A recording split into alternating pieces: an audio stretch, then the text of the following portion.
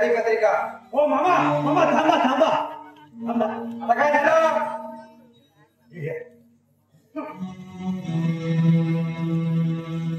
आता घ्या या.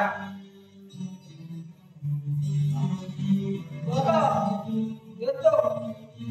बरं या. लग्नाला विसरू नका. या.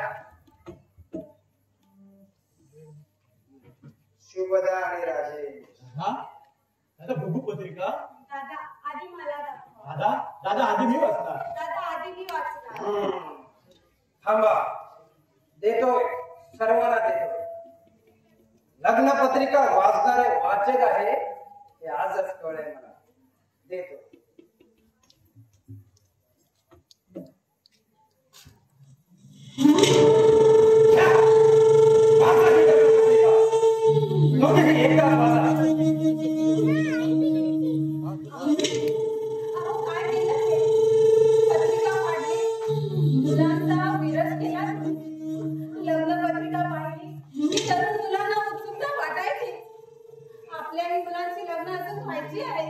आपल्या मुलीच्या लग्नावरती शुभदा आली म्हणून मी हे लग्न पत्रिका फाडली.